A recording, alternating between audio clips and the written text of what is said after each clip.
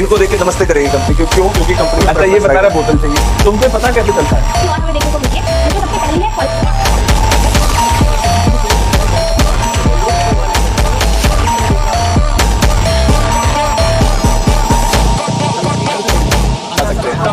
मेरे 20 में से 20 प्लस आराम से 20 में से 20 plus. Hello class 12th, hope you all are doing well. आज की क्लास में हम पॉलिटिकल साइंस का एक बहुत ही इंपॉर्टेंट चैप्टर, जो कि थोड़ा सा डिफिकल्ट लगता है हमें, security in the contemporary world, but exam में अच्छा खासा वेटेज होल्ड करता है, तो इसी को आज हम कंप्लीट करने वाले हैं। और ये पूरी वन शॉट वीडियो रहेगी जिसमें हम कंप्लीट चैप्टर को कवर करेंगे। ये सारे नोट्स जो हैं वो एनसीईआरटी के जरिए बनाए गए हैं ताकि आप इजीली इनको समझ सको, और बहुत सारी पिक्चर्स वगैरह ऐड कर दी गई है इसमें ताकि आपको समझने में ये चैप्टर बिल्कुल आसानी हो। चलो अब इस चैप्टर को स्टार्ट करते हैं। सबसे पहला हमें पता होना चाहिए, क्योंकि ये जैसे कि बात ही कर रहा है और हमें पता चल रहा है इसके टॉपिक से ही कि ये बात करेगा किस चीज़ की, सिक्योरिटी की। और सिक्योरिटी कौन सा टाइम पीरियड की? कंटेम्प्रेरी वर्ल्ड में, आज के टाइम पीरियड में जो सिक्योरिटी है उसका मतलब है क्या? क्या इसका मतलब ये है कि हम अपने घर में सिक्योर है? क्या इसका मतलब ये है कि एक इंडिविजुअल जो है वो घर से बाहर सिक्योर है?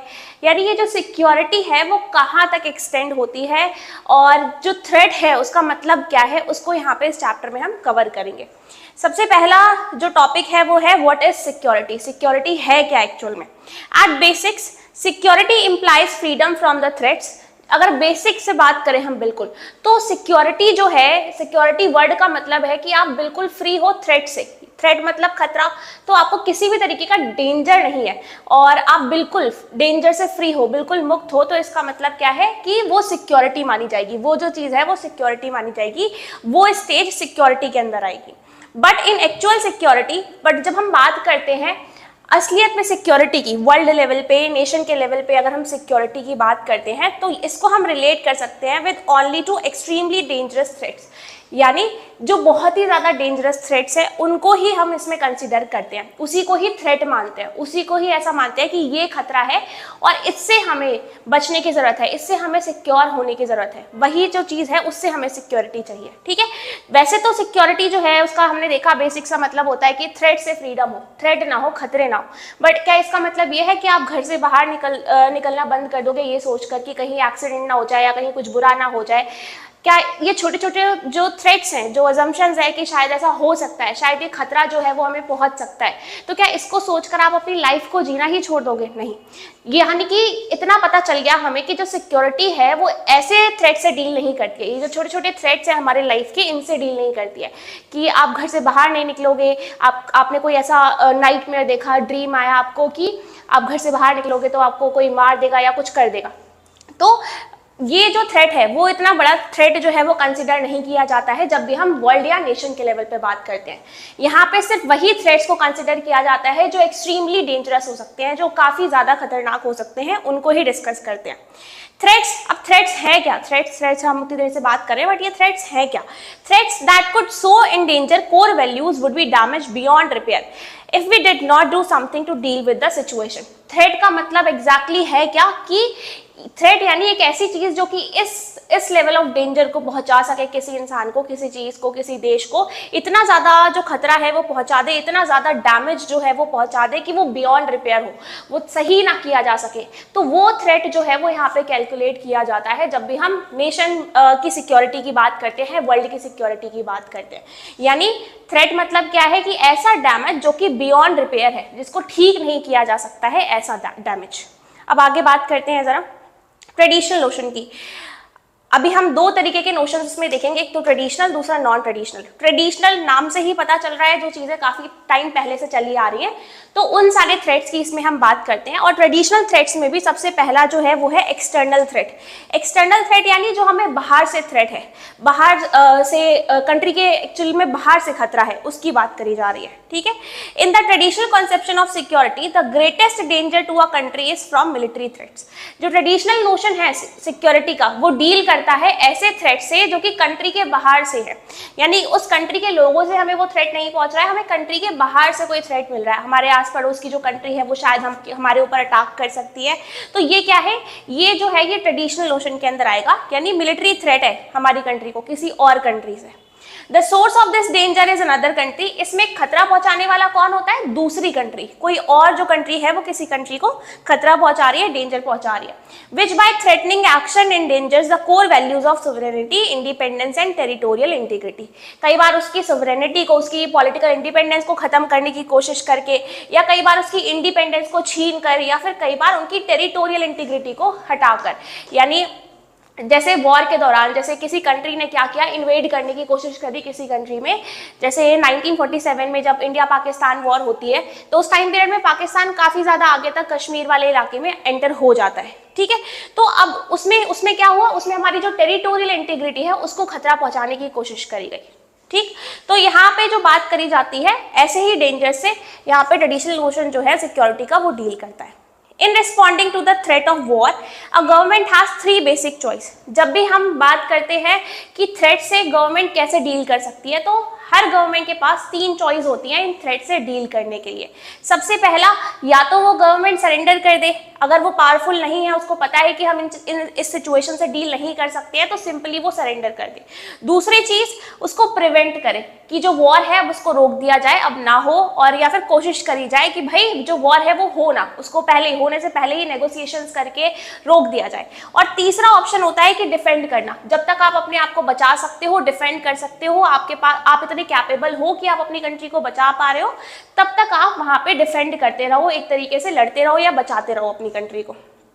अब therefore security policy is concerned with preventing war which is called deterrence. तो जो सिक्योरिटी पॉलिसी है वो डील करती है किस चीज से? वॉर को प्रिवेंट करने से। कि जो सिक्योरिटी पॉलिसी है, ना ही वो इसकी बात कर रही है सरेंडर की, ना ही वो बात कर रही है डिफेंड करने की, क्योंकि दोनों में ही खतरा पहुंचेगा। वो बात कर रही है प्रिवेंट करने की, यानी नेगोशिएशन करके, बातचीत करके वॉर को होने से पहले ही रोक दिया जाए, ताकि जो वॉर है वो हो ही ना।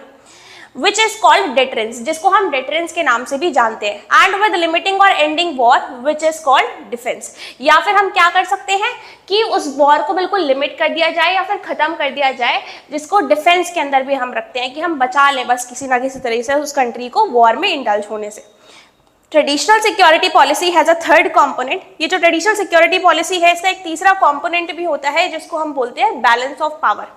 यानी कि हम क्या करें, बैलेंस ऑफ पावर को मेंटेन करके रखें। हमें पता है कि हमारे पास वाली कंट्री के पास शायद इतने वेपन्स हो सकते हैं, शायद वो इतनी मिलिट्रीली कैपेबल हो सकती है, तो हम भी उतने ही मिलिट्रीली कैपेबल होने की कोशिश करते रहें।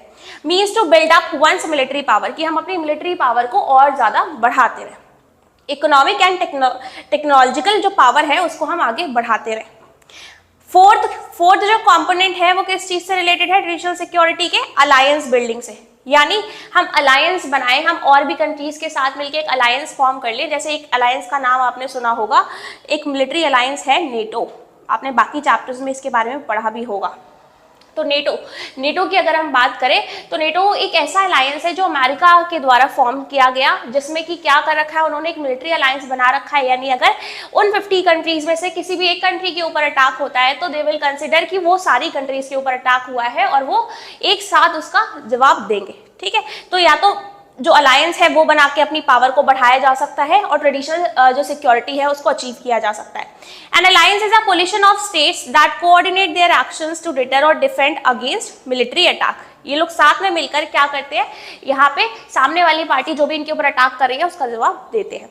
The US backed in the Islamic militants in Afghanistan against the Soviet union in the 1980 but later attacked them when Al-Qaeda, a group of Islamic militants by Osama bin Laden, launched terrorist strikes against America on 11 September 2001। तो यहाँ पे क्या बताया, US ने क्या किया, US ने Islamic militants को वहां से हटा दिया, अफगानिस्तान से हटा दिया, जो कि सोवियत यूनियन के अगेंस्ट वहां पे फाइट कर रहे थे, उनको हटा दिया। बट बाद में वो क्या करता है, बाद में ये जब इसके ऊपर अटैक किया जाता है, उसामा बिन लादेन का नाम आपने जरूर सुना होगा, वर्ल्ड का मोस्ट जो वांटेड टेररिस्ट है वो। तो यहाँ पे उसामा बिन लादेन की बात अगर हम करें तो यहाँ पे जब इसने अटैक किया अमेरिका के ऊपर, आपको पता होगा 9/11 अटैक जो है वो बहुत ज़्यादा फेमस है, जो कि 11 सितंबर 2001 को हुआ था। तो जब ये वाला जो अटैक होता है जो कि एक अलकायदा के ग्रुप के द्वारा किया जाता है अमेरिका के ऊपर, तो फिर अमेरिका इसका बहुत ज़्यादा अच्छी तरीके से जवाब देता है। In traditional view of security then most threats to a country countries security from outside border. तो हमें क्या देखने को मिलता है कि ट्रेडिशनल कॉन्सेप्शन में क्या होता है, जो एक कंट्री है उसको खतरा कहाँ से हो सकता है, बाहर की जो कंट्रीज है उनसे खतरा इस कंट्री को पहुंच सकता है। ठीक, अब हमने ट्रेडिशनल नोशन का एक्सटर्नल पार्ट तो देख लिया कि बाहर से हमें खतरा होता है, किस तरीके से होता है, 3 ऑप्शंस होते हैं हमारे पास, ये सारी चीजें हमने क्लियर कर ली। अब ट्रेडिशनल नोशन का इंटरनल जो कॉन्सेप्ट है उसको देख लेते हैं। जैसे एशिया एंड अफ्रीका जो है वो न्यूली इंडिपेंडेंट कंट्रीज हैं जिन्होंने सिक्योरिटी चैलेंजेस को फेस किया। यानी एशिया और अफ्रीका में बहुत सारी न्यूली इंडिपेंडेंट कंट्रीज हैं जो अभी कुछ ही साल पहले डीकोलोनाइज हुई हैं, है ना। तो इसमें वो सारी कंट्रीज आती हैं, तो इनको थ्रेट जो है वो, इनको जो थ्रेट मिलता है वो इंटरनली थ्रेट देखने को मिलता है। The new countries face the prospects of military conflict with the neighbouring countries. सबसे बड़ा इनको खतरा आसपास की कंट्रीज से, जो इनकी नेबरिंग कंट्रीज है उनसे, और बाकी another they had to worry about the internal military conflict with the neighbouring countries. यानी इनको ये तो खतरा है ही कि जो बाहर की कंट्री है वो इनके ऊपर अटैक कर देगी, दूसरा जो खतरा है वो इनको ये भी है कि इंटरनली भी ऐसा देखने को मिल सकता है कि इंटरनली मिलिट्री कॉन्फ्लिक्ट्स जो है वो बढ़ जाए, शायद जैसे इंडिया में हमें नक्सलाइट्स देखने को मिलते हैं, ऐसे ग्रुप्स जो है इमर्ज हो जाए, जिसकी वजह से यहाँ पे जो इनके देश की यूनिटी है उसको खतरा पहुंचे। Internal Wars now make up more than 95% of all armed conflicts fought anywhere in the world।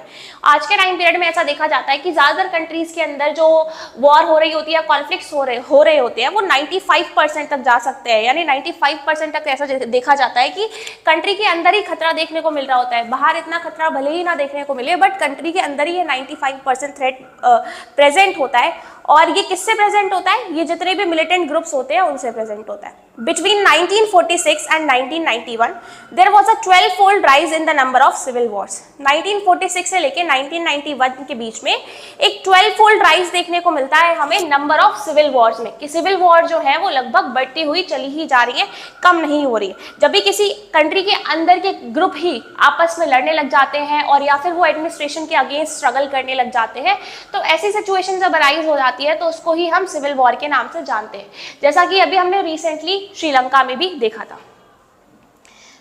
Traditional security and cooperation. अब ट्रेडिशनल नोशन के बारे में बात कर लिया, तो अब देखते हैं कि इससे कोऑपरेट कैसे कर सकते हैं। A universally accepted view that countries should only go to war for the right reason. ऐसा बोला जाता रहा है स्टार्टिंग से ही, काफी समय पहले से ही, कि एक कंट्री को तभी वॉर में शामिल होना चाहिए जब बहुत ही ज्यादा सिचुएशन खराब हो जाए, जब लगे कि अब जो चीजें हैं वो ठीक नहीं की जा सकती हैं, और जब सच में रीजन जो है वो राइट हो। छोटी छोटी बातों पे वॉर पे नहीं जाना चाहिए, अदरवाइज हमें पता है वॉर में जीते कोई भी या हारे कोई भी, जो नुकसान है, जो डिस्ट्रक्शन है, वो दोनों ही पार्टीज को फेस करना पड़ता है। आर्मीज मस्ट अवॉइड किलिंग और hurting non combatants as well as unarmed and surrendering कॉम्बेटेंट्स।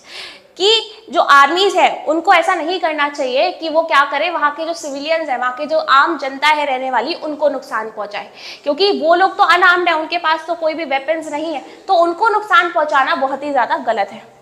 Cooperation includes 3 important forms. जो कोऑपरेशन, जब ट्रेडिशनल नोशन में कोऑपरेशन की बात करते हैं कि इन चीजों से कैसे डील किया जा सकता है और कैसे बचा जा सकता है, तो इसमें 3 इंपॉर्टेंट फॉर्म्स देखने को मिलती है हमें। सबसे पहला केस तो है डिसआर्मामेंट का, यानी जो नंबर ऑफ वेपन्स है उनको कम से कम कर दिया जाए, तो पीस अपने आप ही स्टैब्लिश होती हुई चली जाएगी। It requires all states to give up certain kinds of weapon. ये क्या करता है, ये बात करता है कि जितनी भी स्टेट्स हैं, जितनी भी कंट्रीज हैं, उन सबको कुछ जो वेपन्स हैं उनको गिव अप कर देना चाहिए, उनको हटा देना चाहिए, अपनी कंट्रीज के अंदर रखना ही नहीं चाहिए, और ना ही उनको आगे प्रोड्यूस करना चाहिए। जैसे कि ऐसा किया भी गया है 2 ट्रीटीज के जरिए, एक तो BWC जो कि 1972 में हुई थी, और 1992 में सेकेंड जो CWC। इसने क्या किया, इसने बैन कर दिया प्रोडक्शन को और पोजेशन को इस टाइप के वेपन्स, जो कि बहुत ही ज्यादा डिस्ट्रक्टिव हो सकते हैं किसी और कंट्री के लिए या हमारी कंट्री के लिए भी। अब BWC, जिसकी कई बार हमसे एग्जाम में फुल फॉर्म पूछ ली जाती है, ये है बायोलॉजिकल वेपन कन्वेंशन, और CWC जो है वो है केमिकल वेपन कन्वेंशन। तो ये दोनों ही टाइप के वेपन्स को रखने के लिए यूनाइटेड नेशंस के जरिए बिल्कुल मना कर दिया गया है। इनकी डेट जरूर याद रखना, 1972 में BWC हुई थी और 1992 में CWC कन्वेंशन हुई थी। आगे, more than 155 states acceded to the BWC and 181 states acceded to CWC, included all the greater powers। तो हमें ऐसा देखने को मिला कि 155 जो कंट्रीज हैं, लगभग जो 155 स्टेट्स हैं, उन्होंने यहाँ पे पार्टिसिपेट किया, उन्होंने इसको साइन किया BWC को, और लगभग 181 स्टेट्स ने CWC को साइन किया। यानी इन ओवरऑल कंक्लूजन पे जब हम पहुंचते हैं तो इतना हमें समझ में आता है कि ज़्यादातर जो कंट्रीज हैं वो पीस एंड कोऑपरेशन में बिलीव करती हैं, वो वॉर से बचना चाहती हैं, वो नहीं चाहती हैं कि वॉर जो है वो हो। अब सेकंड क्या हो सकता है, कैसे कोऑपरेट कर सकते हैं ट्रेडिशनल नोशन को, आर्म्स कंट्रोल करके, यानी जो वेपन्स हैं उनका जो नंबर है प्रोडक्शन का उसको कम से कम ही रखा जाए, बहुत ज़्यादा जो वेपन है उनका यूज़ ना किया जाए, बहुत ज़्यादा उनको प्रोड्यूस ना किया जाए। इट रेगुलेट्स द एक्विजिशन और डेवलपमेंट ऑफ वेपन्स, ये क्या करता है, ये रेगुलेट करता है कि किस कंट्री के पास कितना ज़्यादा वेपन प्रेजेंट है या फिर वो कंट्रीज कितने ज़्यादा जो वेपन्स हैं उनको डेवलप कर रही है या बना रही है। The anti ballistic missile treaty, ABM treaty, जिसकी फुल फॉर्म भी पूछी गई थी अभी प्री बोर्ड में काफ़ी सारे स्कूल्स के एग्जामिनेशन में। 1972 में ये जो ट्रीटी थी वो हुई थी। इसने क्या किया था, इसने यूएस और यूएसएसआर को बैलिस्टिक मिसाइल्स जो कि बहुत ही ज़्यादा डिस्ट्रक्टिव होती हैं इनको बनाने से यहाँ पे मना किया गया था, और ये डिफेंसिव शील्ड की तरह इसको यूज किया गया था to launch a nuclear attack. It did allow both countries to deploy a very limited number of defensive system. इसने कुछ कंट्रीज को अलाउ भी किया था, ये भी परमिशन दी थी कि आप क्या कर सकते हो, बहुत ही लिमिटेड नंबर में आप डिफेंसिव सिस्टम को अपने आगे बढ़ा सकते हो, यानी बहुत ज़्यादा नंबर ऑफ वेपन आप अपने पास एक्वायर नहीं कर सकते हो, प्रोड्यूस नहीं कर सकते हो।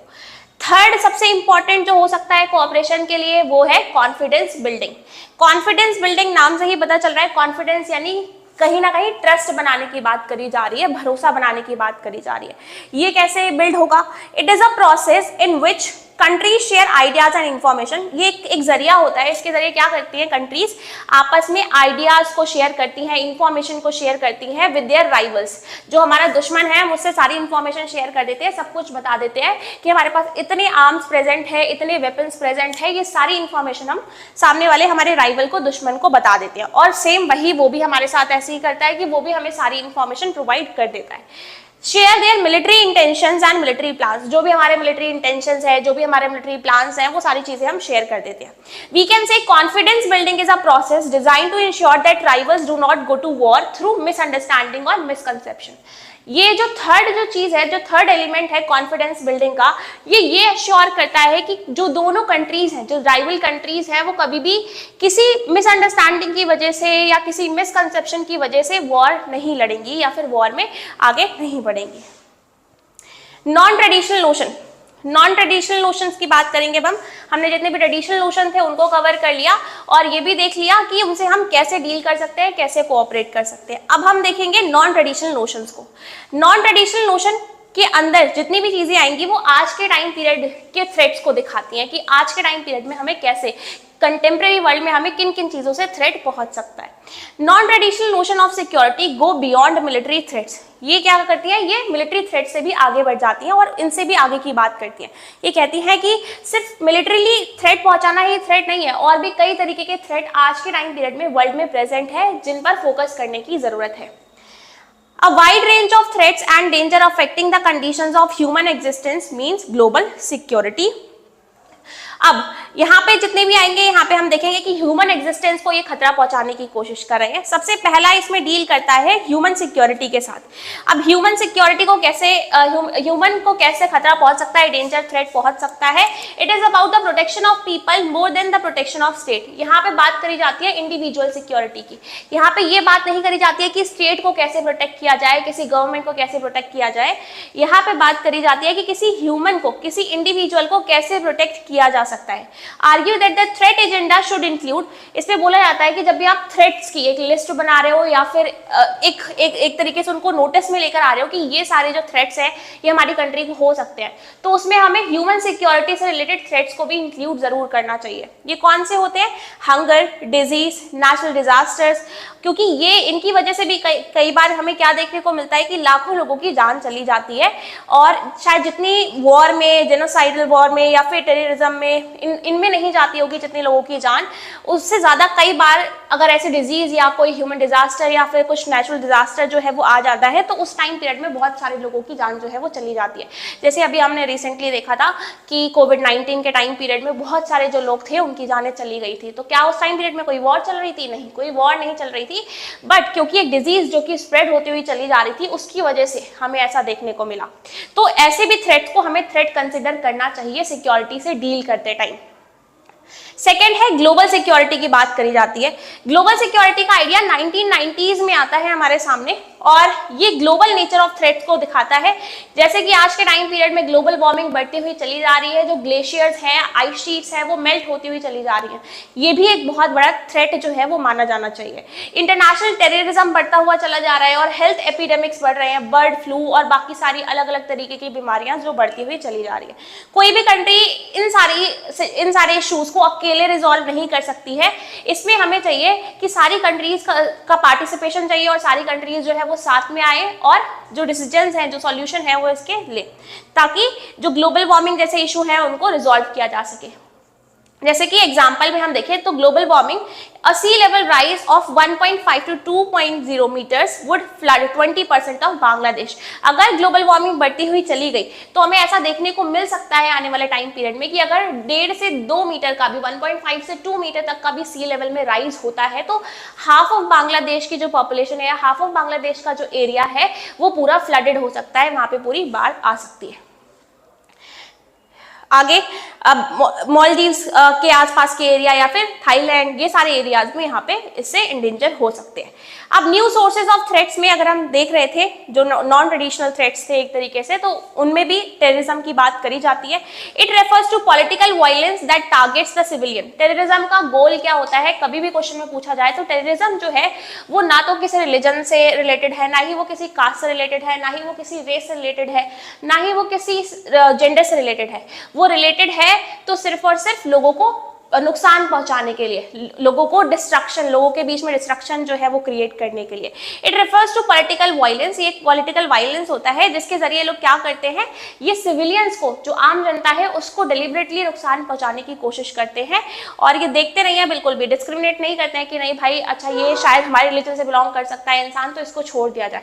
जितने भी लोग होते हैं उन सबको ही नुकसान इक्वल वे में पहुंचाया जाता है। Civilians targets are usually chosen to terrorism. कई बार ये लोग ऐसी ही जगह को ढूंढते हैं जहां पे काफी ज्यादा भीड़ हो, क्राउड अवेलेबल हो और फिर उन जगह पर ही जो टेररिस्ट एक्टिविटीज हैं उनको आगे बढ़ाते हैं, डेवलप करते हैं। जैसे ये ताज होटल पे जो अटैक हुआ था वो, और इसमें कुछ कुछ एग्जांपल्स और देख सकते हैं। जैसे कई बार प्लेन्स को हाईजैक कर लिया जाता है, कई बार ट्रेन्स के अंदर बॉम्ब्स को प्लांट कर दिया जाता है, कैफेज, मार्केट्स और अदर जितने भी क्राउडेड एरियाज होते हैं वो इन टेररिस्ट का टारगेट प्लेस होते हैं, क्योंकि इनको पता होता है कि यहाँ पे सबसे ज्यादा क्राउड प्रेजेंट है और इनको मास लेवल पे ही डिस्ट्रक्शन करनी होती है, तो ये ऐसी ही जगहों को अपना निशाना बनाते हैं।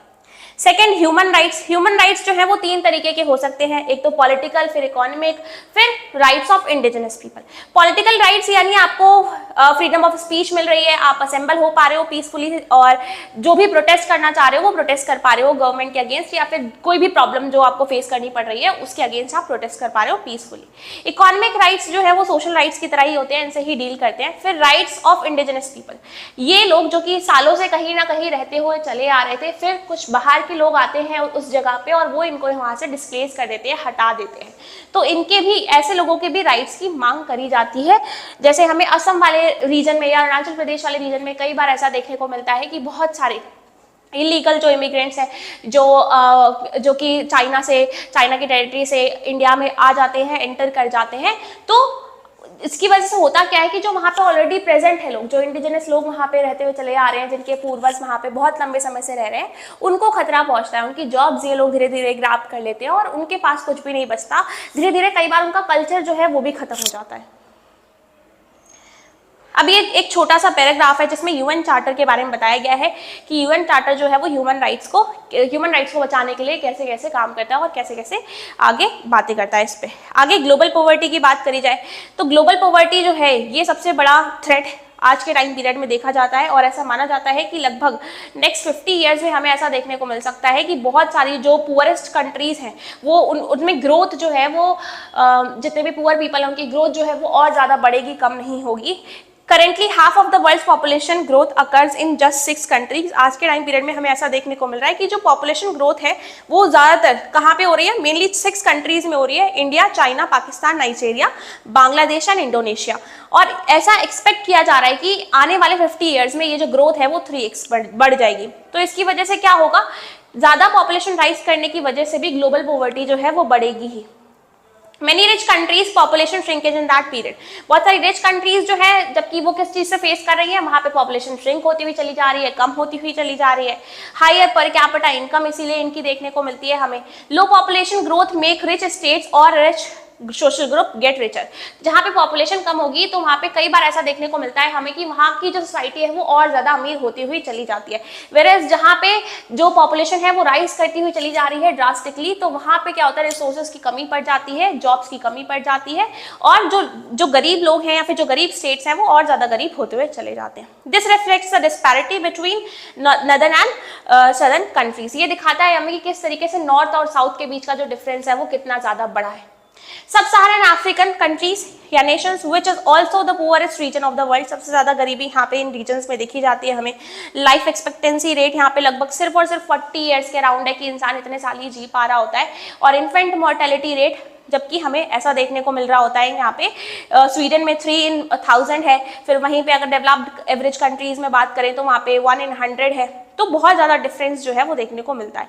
माइग्रेशन, एक जगह से दूसरी जगह जब कई बार लोग माइग्रेट करके चले जाते हैं, जैसे बहुत सारे जैसे इंडिया के इशू की बात करें तो कश्मीरी पंडित जिनको कश्मीर वैली से शिफ्ट होना पड़ जाता है अलग अलग जगह पे, तो जिसकी वजह से वो दूसरे रीजन्स में जाते हैं और वहां पे जॉब सर्च करते हैं, तो उनके साथ तो गलत हुआ ही. जहाँ पे वो रह रहे थे उस जगह से तो उनको हाथ धोने ही पड़े, वहां से तो वो चले ही गई.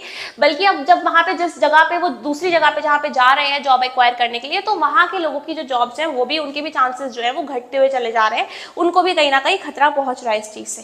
From 1990 to 1995 70 states were involve in 93 wars. लगभग 93 वॉर्स देखी गई 70 स्टेट्स के बीच में, जिसकी वजह से लगभग 55 लाख की जो पॉपुलेशन थी उनको मार दिया गया. हेल्थ एपिडेमिक्स, अब हेल्थ एपिडेमिक से डील करना किसी भी एक कंट्री के बस की बात नहीं है. सारी कंट्रीज अगर साथ में डील करें तभी इन सारी चीज़ों को सॉल्व किया जा सकता है. इसमें काफ़ी सारी डिजीजेज आ जाती हैं, जैसे HIV, एड्स और सार्स.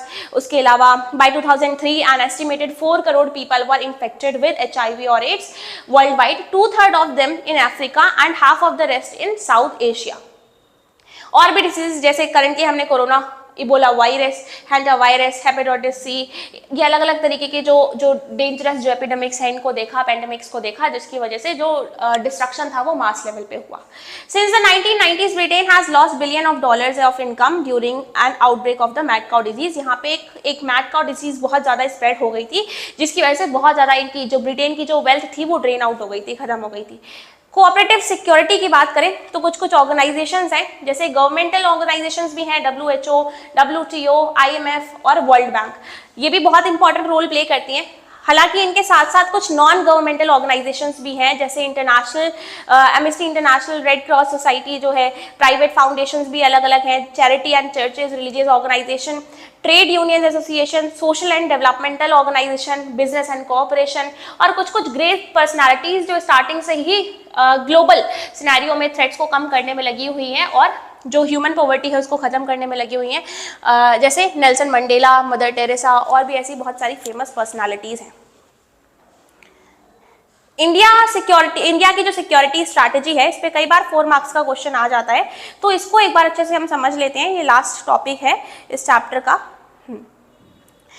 अब देखते हैं. India security has 4 broad components. 4 broad component है. सबसे पहला कंपोनेंट क्या है कि हम अपनी मिलिट्री कैपेबिलिटीज को स्ट्रेंथन करते हैं, मजबूत बनाते हुए चले जाते हैं. सेकंड कंपोनेंट क्या है?